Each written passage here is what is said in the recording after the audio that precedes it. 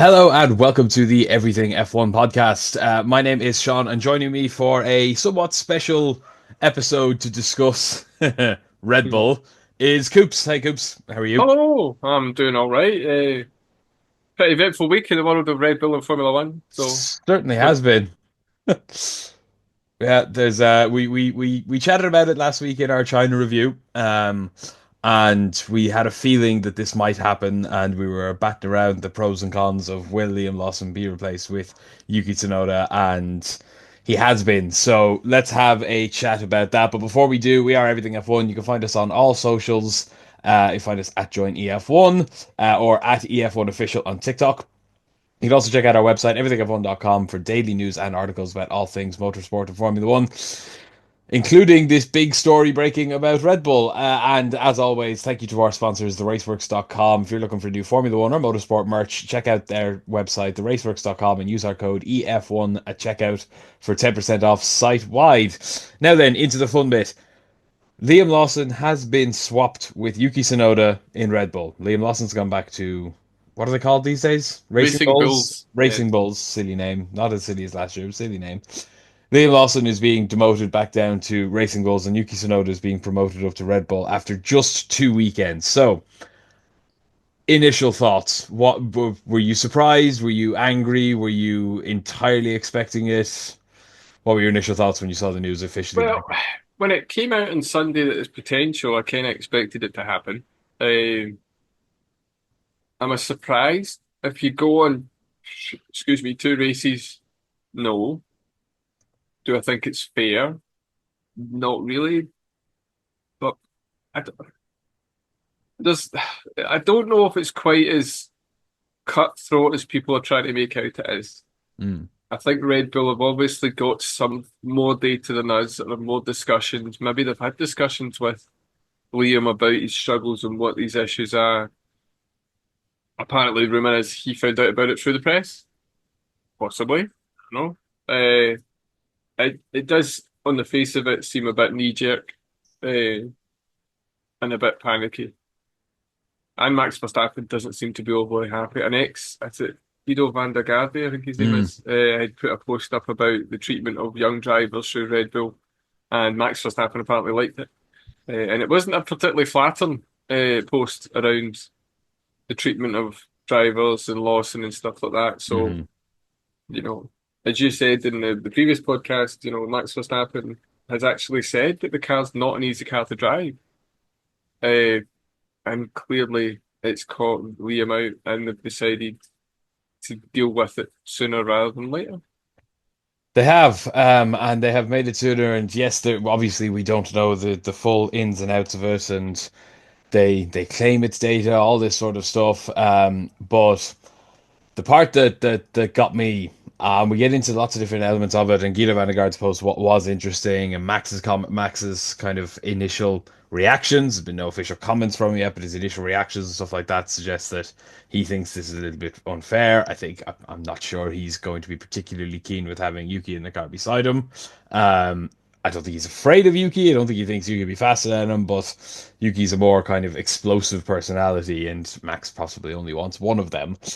But the big thing that I've heard just so much talking about was in Red Bull's Christian Horner's official statement. It was only like 3 paragraphs long, 3 sentences long. The thing that seems to have caught in so many people's craws, and Will Buxton in particular was the first one to really call this out. The line is, and I quote, "We have a duty of care to protect and develop Liam, and together we see that after such a difficult start, it makes sense to act quickly so Liam can gain experience as he continues his F1 career." End quote. That is pathetic. Yeah. That is utterly pathetic. To quote Will Buxton, that is laughable to say that they have a duty of care to protect Liam. He's only had 11 races before jumping into that Red Bull seat. The duty of care was to not put him in the damn Red Bull seat to begin with. Let him have more time to develop as a driver. You have the other and sorry, and then he goes on to say, um, he also said, "quote Yuki's experience will prove highly beneficial in helping to develop the current car." What experience has you highly beneficial experience has Yuki developed in the past 2 races that he did not have in December? it's farcical is what it is, and Red Bull are bad for this. And yes, Formula One's a cutthroat sport and all that sort of stuff, but this is as Will Buxton said, this is not them having a duty of care to protect Liam. This is Christian Horner and Helmut Marko protecting their own arses and their own positions in Red Bull, and they know well if they finish fourth in the championship, they'll probably both be sacked. Uh, that's fair. Uh, there is hypocrisy in a lot of sides. So Will Buxton said this, but then he's on Drive to Survive saying that if you're slow, the top 20 drivers, it's cutthroat, you need to Yeah. leave. You know, it's not that paraphrasing, but he basically kind of said you need to put on the big boy pants and be fast or you're out. And now he's going, this is pathetic and duty of care. Now, I was thinking about this when I was just coming in, and if any other team came out with that and said, look, we don't think this is working, we've got a duty of care, and they had another team to move them to, I don't think that there'd be quite the same amount of anger and, emotional reaction. Because, Mm, if Williams did it, they'd be like, well, actually, okay, Williams don't normally do this. The problem for Red Bull is they're kind of having to lie in the bed they've made because they do this all the time. And it just seems disingenuous. mm. It's probably not, but the problem is it looks bad, it sounds bad. And then there's reports coming out that Honda offered a further 10 million to get Yuki in the car for Japan, Mm. and they said no. Then they said yes. There was other reports about other drivers being involved in the swap. Uh, so yeah, I think there is an element of covering their bases. There's elements. It could be true that they're looking to protect Liam. He is a rookie and he's just struggling with that car. Mm. I agree. There is okay. So is it cynical as hell to say that Christian Horner is lying through his teeth? I don't think so. I think it's just totally like as you said, they have just such an abysmal track record with stuff like this that for him to come out and say, "Oh, I care." Everybody in the entire world can see through it, and I sincerely hope that Ted Kravitz grills the hell out of him again, like he did in China, in Japan. But anyway, for Liam, you're right. It like we spoke about this on last week. Is it the end of his career? No, absolutely not. Look at literally everybody else who's left from being Max Verstappen's teammate. Pierre Gasly went on to win a race. Daniel Ricciardo left, struggled a little bit, won a race. Alex Albon is now leading Williams back to the midfield, and he is their spearhead to lead them back to the front. They have all had spectacular careers, and these are all the ones that were saying, "Oh, Red Bull ruined their careers." It absolutely didn't. Um, and moving back down to the racing bulls is a good thing for Liam Lawson in the grand scheme of things. But the point of the matter is, it's where he should have been all along. Hmm. And the talk has all been, Yuki Tsunoda. He only has, let's be honest, he has a year left with Red Bull if he's lucky. Like, but it's Hmm. coming like the end of 2024. Yuki and Red Bull know he's got that contract. They've got that Honda partnership. They can't really get rid of him while they have Honda engines in the back of the car. But he has one season with Red Bull, the Red Bull family left. Put him in the Red Bull car. No Yep. harm, no foul. If they put him in the Red Bull car from the start and he flopped within 3 races, then they can go, see, we told you, Liam, you can have the car now. But Yep. they've done it the other way around, and it makes Red Bull and it makes Red Bull look even worse. And we said this again. It's an interesting point. Is that like this is probably the best thing that could happen to Yuki Tsunoda. One, it's his home Grand Prix, the Honda engine, all that sort of stuff. But he is in a total win-win situation. Red Bull are in a lose-lose. There's no happy outcome for Red Bull, no matter how they try and spin it. Hmm. Either Yuki steps in and he flops exactly like Liam has done, and Yuki just comes out and go, not my fault. Perez and Liam told you this car was a dog. I'm coming in. This car is a dog. I'm not Max. I can't drive it like Max. The car is crap. What are you going to do? What are they going to do? Swap the drivers again? No. Or he goes in and he runs away with it and he's right on Max's level or near enough and does exactly what they need for a second driver to be doing. And Yuki comes out and goes, well, you should have put me in the car from the first place, shouldn't you? Yep.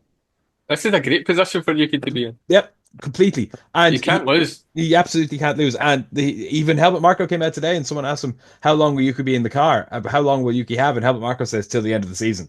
They know that even if Yuki is 20th for the next 4 races, the only thing they can do is either bring Daniel Ricciardo back, bring Sergio Perez back, or leave him there. They cannot swap the They, drivers again. they can't. probably can't do it with any other driver. This is the throw of the dice, and they've thrown it early. Yeah. They literally can't now because you're like it's becoming a laughing stock. As you say, it's a win-win for Yuki, as you've said. It's a lose-lose for Red Bull because, as you said already as well, either put him in the start or now he good. Why did you not put him in the start? And when you look back at Christian Horner's comments about why they put Lawson in over Yuki Tsunoda at the start, they said that Liam had a better potential because he's already almost the same. He's at the same kind of level as Yuki. Yuki Tsunoda's had 4 years. He's had 11 races over 2 years. So there's a higher potential, Mm. ceiling. Obviously, that was a lot of crap. Um, I wrote an article quickly just covering the situation and, detailed the differences between how Mercedes dealt with Kimi coming in, as you highlighted in the podcast as well, that, they had a plan for a year with Mm. Kimi. They've clearly not got a plan with Liam. They've literally went, here's a car that's difficult to drive. Go on, get on with it. Yeah. And he's come in and went, this car's hard. And when Max Verstappen even says, this is a tricky car to drive, Mm. he's just able to work with it. Like, come on, what are they doing? Like, I don't. It's a strange one. Even for Red Bull standards, it's bizarre, and it doesn't come across well for anything other than Yuki Tsunoda because he can do what the hell he wants now. Yeah. Yep, and again, they said that, at the end of last year, oh, we put them in the car together, and Liam was so impressive, and he has a higher ceiling of potential than Yuki Tsunoda. Again, he might well do. You only have a year left with Yuki. Put him in the car. Let Liam develop his craft for a year in the relatively decent Racing Bulls. Let him score points. Let him fight for podiums when they come up. When everything goes like haywire in a mad race in Australia, for example. Let him build the confidence and then let him step up to what should be a brand new car next year that might not have the same. I mean, I don't believe that they're not going to design it for Max next year, but say Max decides to leave midway through the season, then they have to not design it for Max for Mhm. 2026. And then put Liam in the car. You've solved your own Yuki problem, put him in. If he doesn't work out in the Red Bull, you could say, well, we're getting rid of him anyway. Um, Mhm. and but even like the direct comparison, so Lawson came into Racing Bulls in USA, so Texas last year, race 19. And Lawson's results for the final six races were ninth, 16th, ninth, 16th, 14th, 17th. Yuki Tsunoda's results in that same period were 14th, retired, 7th, ninth, 13th, 12th. That is not comparable. Yuki was quicker. Yes, okay, Mhm. Liam scored points in the first race back, and Yuki didn't. If I'm not wrong, in Texas, they fecked up Yuki's strategy again. He retired in Mexico and then scored a seventh and a ninth and 12th, 13th and 12th to Liam's 14th and 17th. Yuki was better. Simple as that. Small margins. Yuki was on better form. There was Now, there was no reason. but even before that, Yuki Tsunoda was the cannon fodder for Danny Rick. You put Danny Yeah. Rick in the Racing Bulls, he's going to wipe the floor with Yuki, and then we've got a reason to put him into the Red Bull next to Verstappen, and everyone's happy. Mm. Danny Rick couldn't handle the car, or whatever it was he couldn't do, and Yuki Tsunoda was either near him or better than him. Now that's the sign to put him. That's the comparison. This is the golden child of Red Bull, and Yuki was within whatever it was or ahead. Like so. They they kind of dug their heels in. It's a bit like trying to get us Helmut Marko to share a nice opinion about a young driver. Like Mm. he's just not going to do it. Even if he does have one, he just won't do it. He's not going to change his mind. Yeah. So, and But that's that. It sounds very much like they cut their nose off to spite their face. They're like, "We'll show you that Liam's better than Yuki. I know you're saying this, but look, we'll show you." Then 2 races in, they're like, maybe you've got a point actually." but even the comparison between like Yuki to Danny, and yeah, okay, they let Danny go because Yuki wiped the floor with them, Hmm. relatively speaking, for what they were in. Yuki had one, two, three, four, five, six, seven, 7 point scoring finishes while he was Danny Ricciardo's teammate last year, and three retirements in that time. Um, and Danny in the same time had one, two, three, 3 point scoring finishes. to It's not Yuki even close. Tsunoda's seven. One, two, three, four, five, six, seven.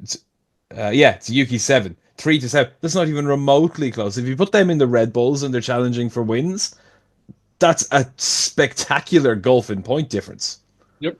It just happens to be that because they were fighting for minnow points because they're a midfield team, Danny finished on 12 points and Yuki, with two extra point scoring finishes later on in the season, finished on 30. That doesn't look like as massive a gulf.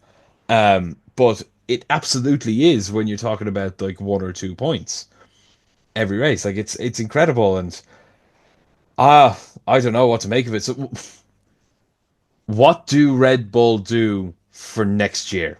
Because if Helmut Marko's right, this is the lineup now for the rest of the year. I don't believe a word any of them say.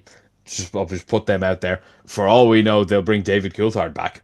Well, I think um, David Coulthard would even touch it with a barge pole. Sebastian Vettel's probably the same. Like, no. so this is exactly the question I was going to ask. Aston Martin, they are knocking on the door. Adrian Newey wants him. We know Lawrence Stroll wants Max Verstappen, and Max likes Honda and has voiced that he would be interested in following Honda. If Max leaves, what do Red Bull do next year? They keep Yuki without Honda and put Liam in the car? Do they I promote don't think Arvid Yuki would. Lindblad? What do they do? Yuki's not staying if Honda's not there.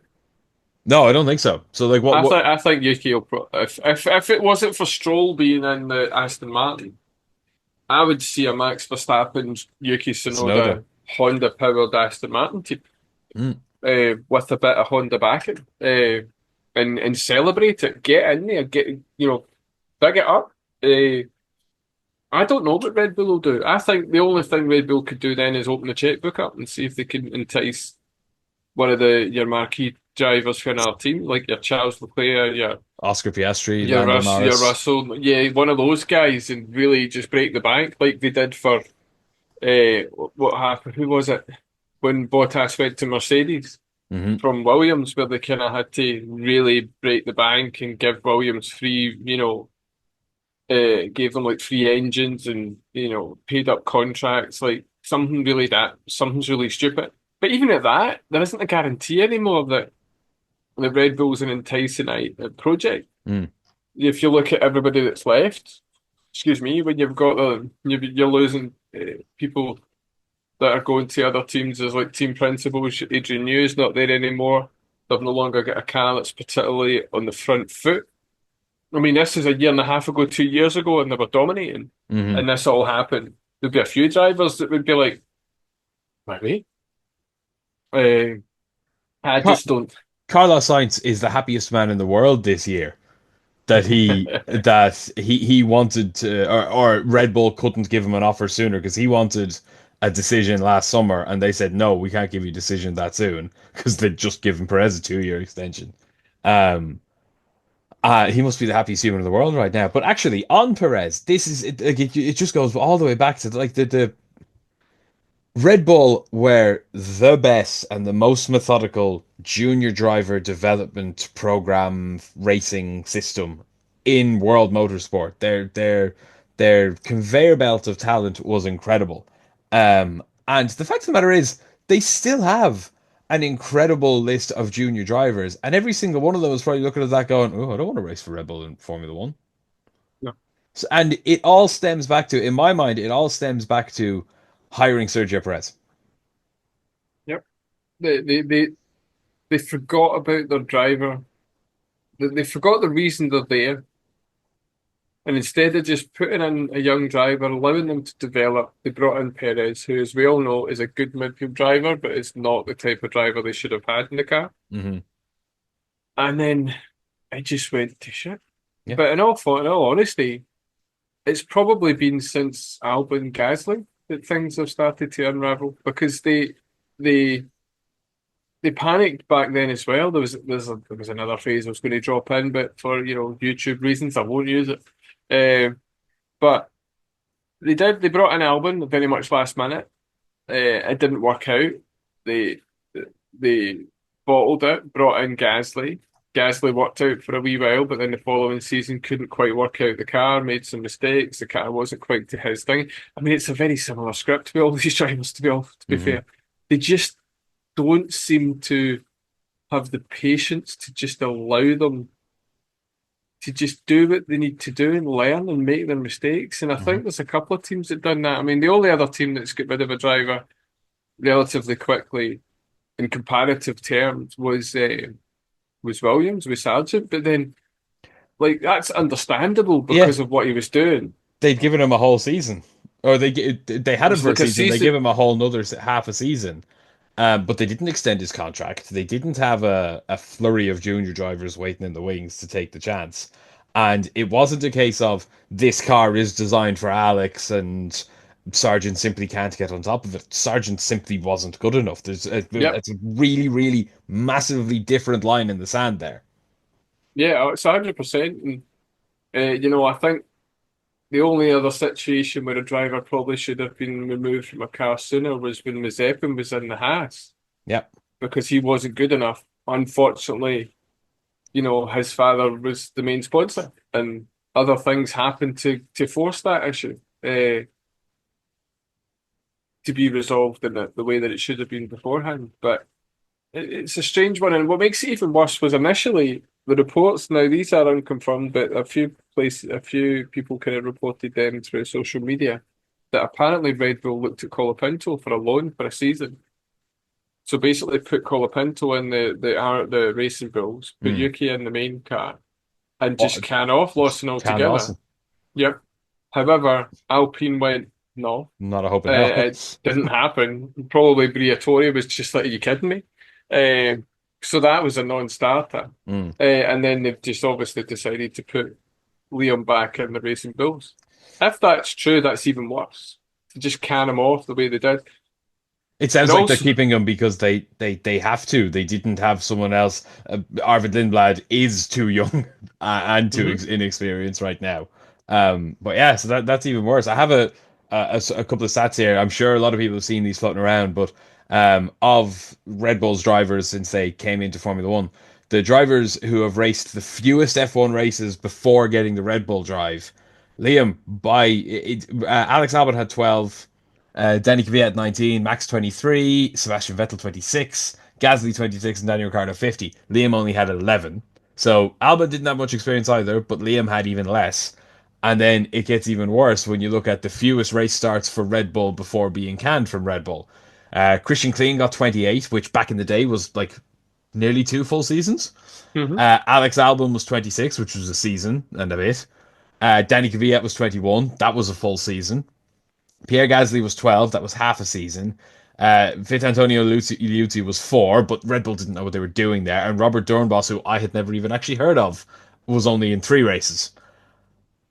I've So heard of him. a driver that I had never heard of raced for Red Bull for longer than Liam Lawson did. Yeah, I mean, I heard of Robert Dornbos. Couldn't tell you anything about him. He Couldn't raced even for Red remember Bull when he 3 finished. times. Yeah. Yeah.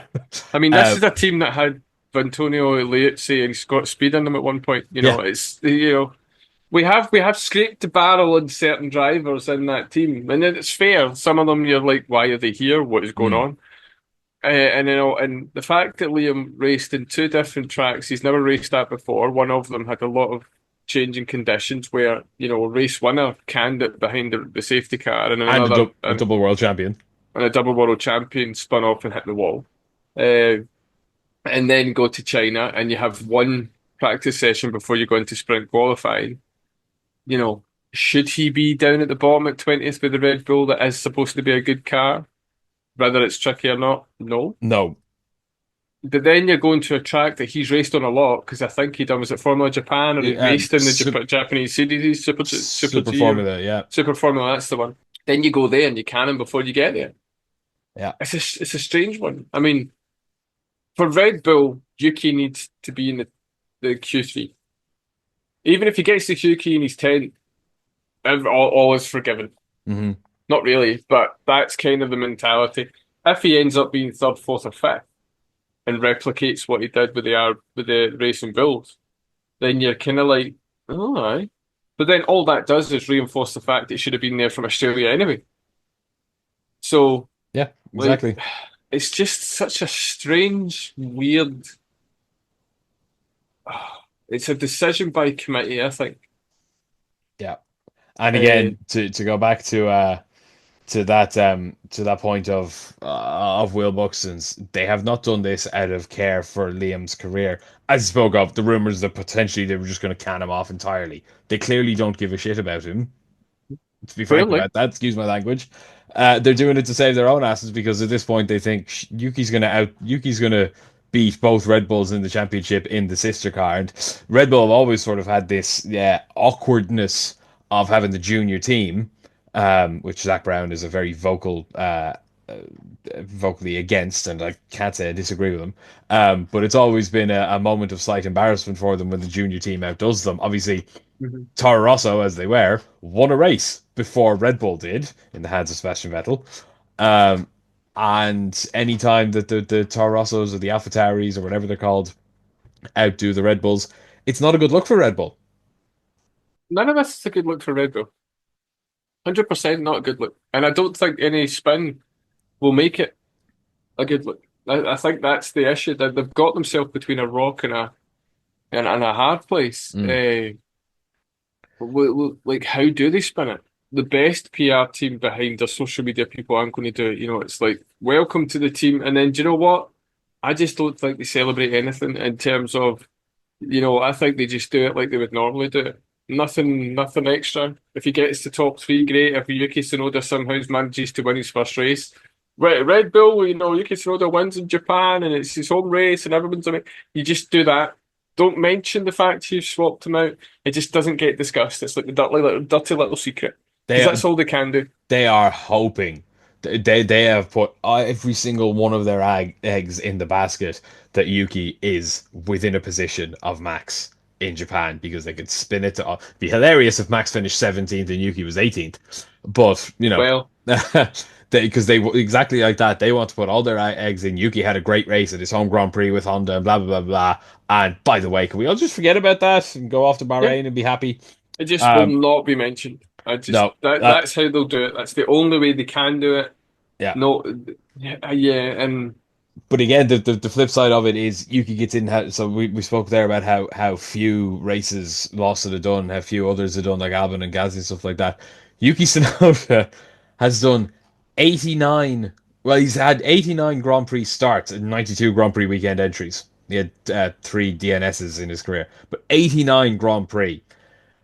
And they're saying they've brought him in for his experience. If his experience, which all of a sudden he has, according to Christian Horner, he didn't have 2 races ago, if his experience can't get him out of Q1, they look even worse. That's the thing that like I don't want this to happen for Yuki. And all this is said, I'm actually delighted for Yuki. Completely aside of Liam, I feel awful for Liam, but all that, I'm delighted for Yuki. He 1,000,000% deserves his shot. It's probably not how he would have even wanted to get this shot. But you take what you're given in Formula One. I'm delighted for Yuki, but if he goes in and he can't do it, then just the spin just gets even worse. And all I can hope is that the reporters and the media at the track in Japan and in Bahrain and in Saudi Arabia, and they don't let this die. Keep referring to this, especially if Liam does well. And do not let Red Bull spin this into forgetfulness because they'll only do it again. We'll get to next year and they'll have a driver lineup and they'll drop one and they'll go, oh, they weren't good enough, and they'll because they repeat it every couple of years and it's ridiculous. And we're still sitting here. You got Craig Slater on Sky News saying, well, Yuki just couldn't handle it, or Liam just couldn't handle it, and they needed to make the switch for their championship and defending them. It took Crofty a little while, but he finally came out and started like crapping on them for it. Um, but you've got like every sort of major news source saying, "Oh, well, they had to do it," and just buying the spin, which is just bad reporting as far as I'm concerned. it's a bit amateurish in that respect. I mean, if you've got access to them, you have to ask them the difficult question. You have to say to them, and the one question you ask would be, was putting Liam in the car at the start the wrong decision? And do you know what? There'd be a lot more respect if Red Bull came out and said, do you know what? We did make that mistake. Yeah, That was absolutely, our 100%. fault. We tried it. We shouldn't have. On hindsight's wonderful thing, and we should have maybe took more. We should have maybe took more time to look at the comparisons or look at Yuki. And people would go, all right. But the problem you have there is because of Red Bull's history with drivers. Mm. I don't think even if they came out and were honest, there would still be a bad taste in everyone's mouth about it. Yeah, because it's Red Bull and this is what they do. I mean, And yes, they're very, very, very prominent in how they support young people and get them in there. But is it that their expectations are far too high? Are they expecting every driver to go through Red Bull to be a Vettel and be a Verstappen? If you're not anywhere close to that, you're not going anywhere. And we're going mm, to can you? And you make a slight mistake and you're out the door. It's not sustainable. You can't work like that. no, The idea that most Yuki's rookies would be anywhere close to Max, who's a generational talent mm, within such a small time, as you say, with very little prep, very much last minute. And, you go to Australia with mixed conditions and then you're surprised that he qualified last and then crashed out. And then you go to China, a race he's not done with one. And then they seem almost taken aback by the gap. And you're like, everybody else is kind of going, no, we're not particularly surprised at that. yeah, Actually, more surprised if he was closer. mm, And for a team like Red Bull to seemingly mishandle this situation so badly, and as you say, the mainstream media go, well, it was to protect Liam. No, it's not. They no, made a mistake. They got it wrong. This is them trying to come out and say that they're mishandling. And maybe there is an aspect of we really can't keep expecting this of him. But everyone's issue and my issue is they should have known that before they put him in the car. yeah. That they're not stupid people in this that make these decisions.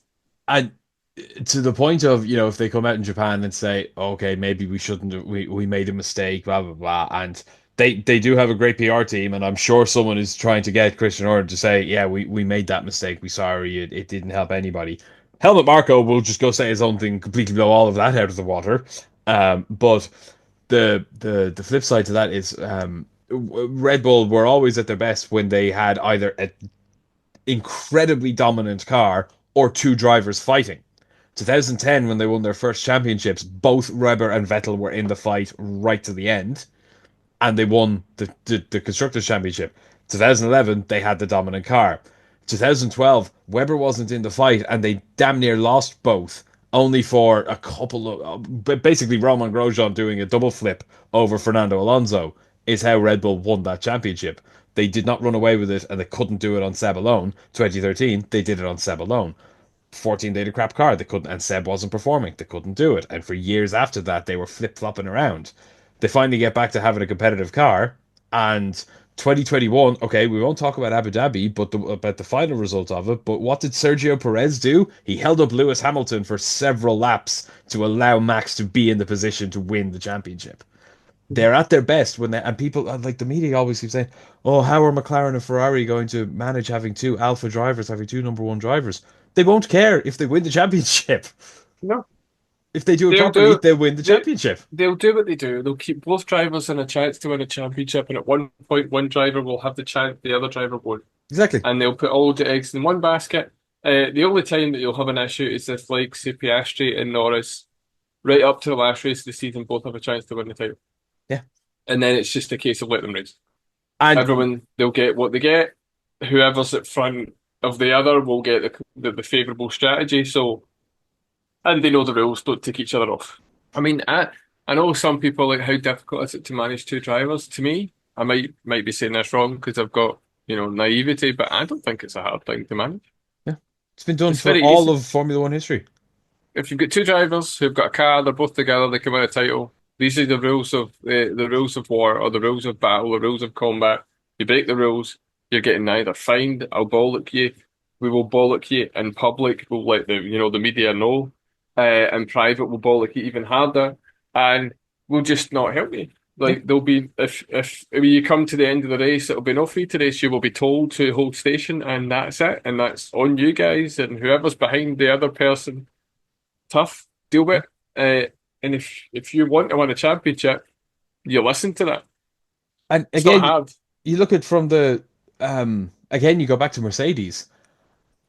Their whole thing was they're free to race. They just can't take each other out because at the end of the day, the team doesn't care about the drivers' championship. Red Bull do because Max Verstappen is Red Bull and Red Bull is Max Verstappen at the moment, and it helps both brands.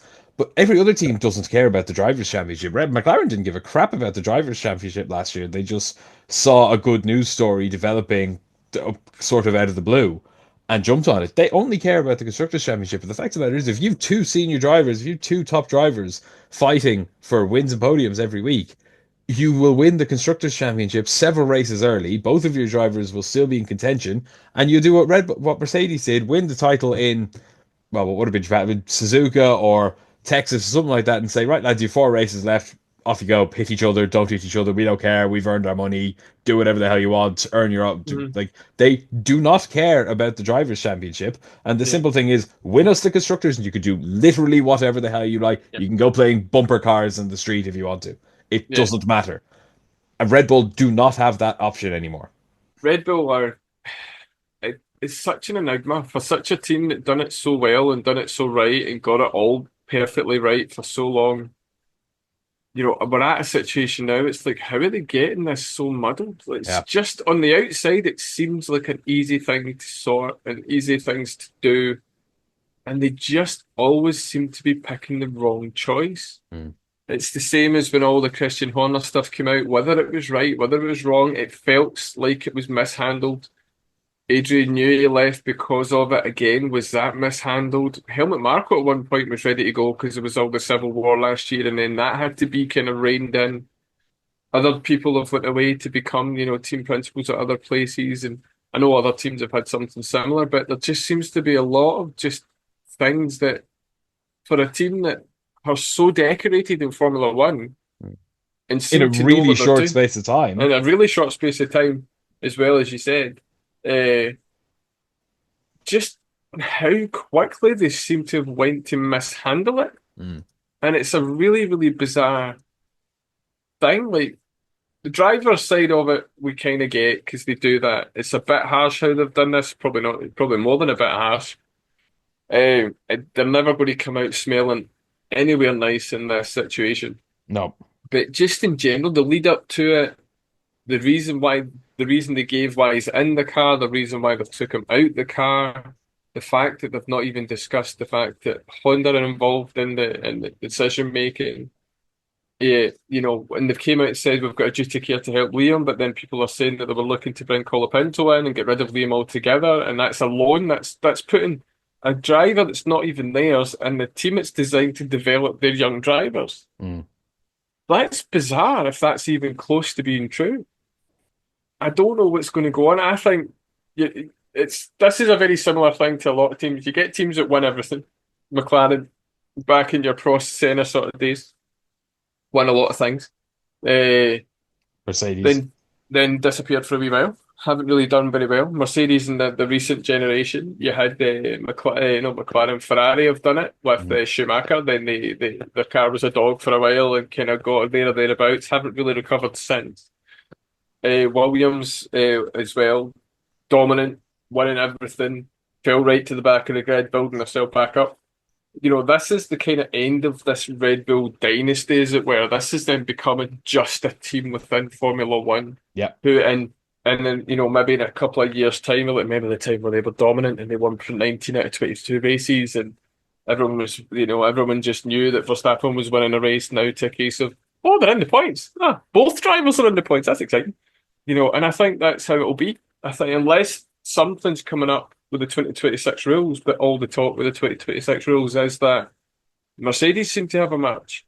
They seem to have designed a power unit that's Mm. the power unit to win, which is worrying if McLaren are staying with Mercedes because they seem to have built their foundation up and they've took the pain to build that back up. So that's worrying if you're not got a Mercedes and Hmm. you're not in a Mercedes car or a McLaren. So is this the beginning of the end of Red Bull as we know it? Is this the end of racing bulls? Are they going to end up being shuttered? Because you remember, the Red Bull Formula One was Dietrich Matishiz's baby. Yeah. He wanted a team in Formula One. He funded it. He left it alone. He very rarely was about. Once in a blue moon, he turned up with his blazer and his jeans to a Grand Prix, but really didn't really bother. Watched it from afar. Now it's run by a board. Yeah. It's run by a Board who lot have of. no passion for Formula One. Yeah, they're in it because Red Bull they deserve to be on the grid, and they have done a lot of things for Formula One in a positive sense. Hmm. But when the winning stops and things become more difficult, you need to fall back on the passion you have for the sport to keep yourself in it. And if you're ran by a group of people, you're back in your Jaguar days when it was ran by committee by Ford and people that didn't understand the idea of Formula One, or when Honda initially came in with McLaren and how they wanted to build their engines. And if you don't understand Formula One and don't have the passion for it, you're leaving. You're Mm. just not getting it. So, you know, there's a lot of wee things that just don't seem to be true for for Red Bull just now. And if you're a Red Bull fan, you might start to think, look, I don't think the good days are going to come back relatively quickly. Uh, it's hard to win in Formula One. It's even harder to stay a winning team. And Yeah. when you fall off that, how long has it been since Williams have been at the front? How long has it been since Ferrari have won a championship? Mercedes, how long has that been since they were dominant? When you're not dominant, you're not dominant. Hmm. The biggest issue is they just don't seem to have a light at the end of the tunnel. Mm. Like, I think the smartest thing that a team who weren't getting anywhere was McLaren and how they just hired properly. At the minute, Red Bull are in that phase where they're losing people. Is Max particularly happy where he is just now? No. I Nope. don't think Andy's going to be surprised if he goes at the end of the season. Or even just decides to do a Rosberg and retire and think, "Do you know what, I've done my bit, I've I'm won my done. championships." Verstappen has said numerous times he's not interested in being the most decorated Formula One driver. He's won four in a row. He's got his millions. He likes doing his indie race, his online racing and stuff. He's got I'm right in saying he's got a wee baby on the way as well. He does. Um, He said he actually even said in an interview, it was just after Australia, to Sky, he's like, I'm as happy as I've ever been. I'm in a very good place. I'm not stressed at all. I'm in my personal life, I'm very, very happy, and that's all that matters. Like it's a yeah, very mature Max Verstappen. yeah. And as you've touched on earlier on in the conversation, where did Red Bull go when Max goes? And what does the Red Bull board go when their marquee's not there and they just become another cog in the wheel that is Formula One and not Red Bull as we know it with Max Verstappen, this generational talent, because they could try and buy one, but at the Mhm. moment, who would go? Do you think Oscar Piastri and Lando Norris are going to leave McLaren, who have got all their eggs in the row, they've got all their ducks in the basket, they know what they're doing.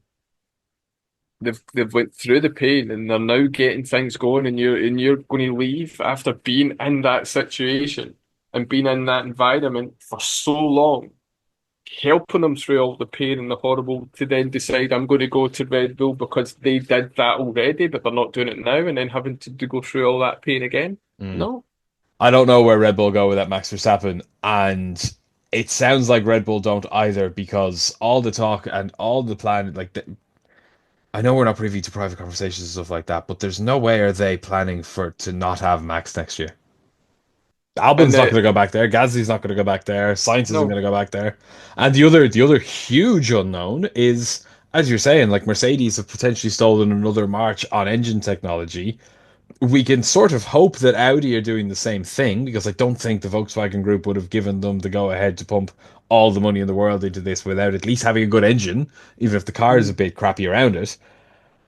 Red Bull are an unknown. They're building their own engines. They're not going to be Ford engines. Fords are going to give them some batteries and like a plug. Mhm. Ford are there for symbolic reasons because General Motors are coming into Formula One and they're like, oh, we need the oval in Formula One.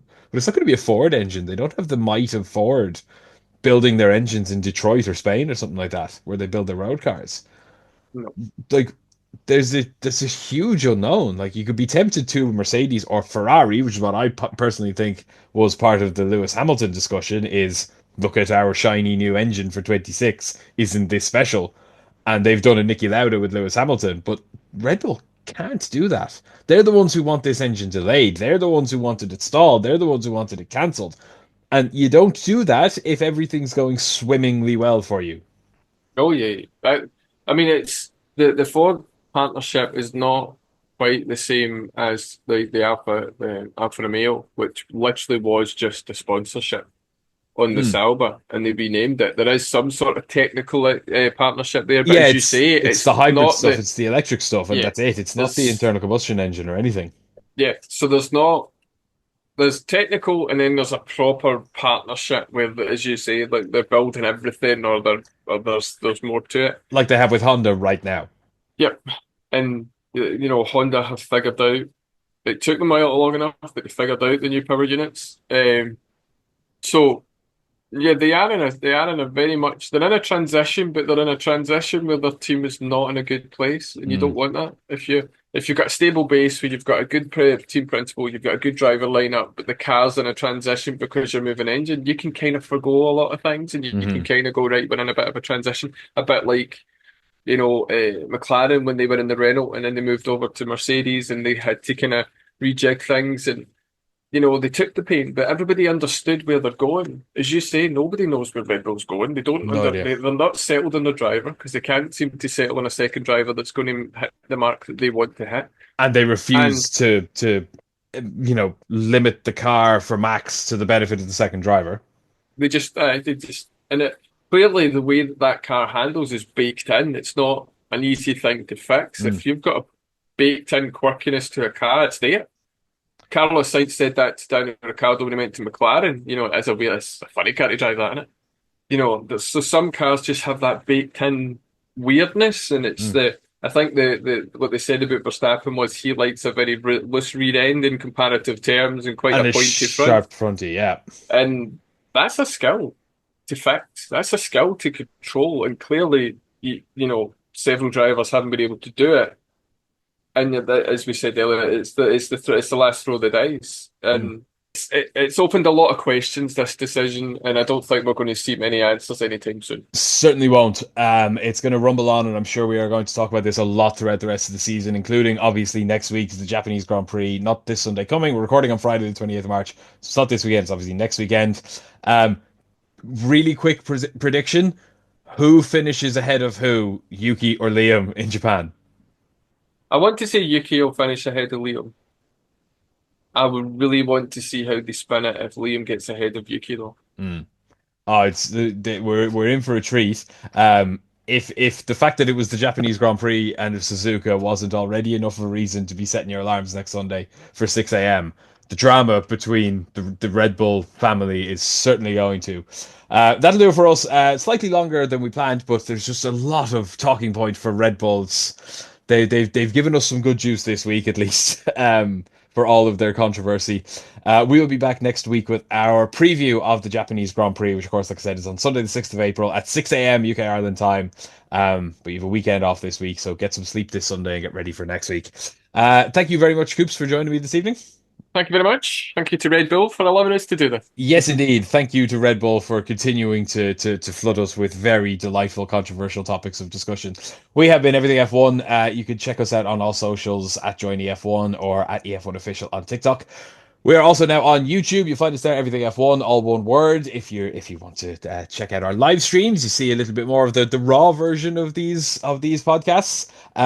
We stream them live now and have the full episodes and other stuff up during the weeks as well. Find us over there, subscribe and like the videos if you're watching them, if you wouldn't mind. We're only starting out on it, but we're aiming to get to 100 subscribers as a first milestone, and then we're hoping to get to 1,000 by the summer break. So if you could help us out with that, we would very much appreciate it. Go over and like and share and subscribe on YouTube. One last thing as well, obviously, to thank, as always, our sponsors, theraceworks.com. For all of your F1 and motorsport merch needs, check out theraceworks.com and use our code EF1 at checkout for 10% off site wide. We will chat to you next week. Thank you very much. Good night.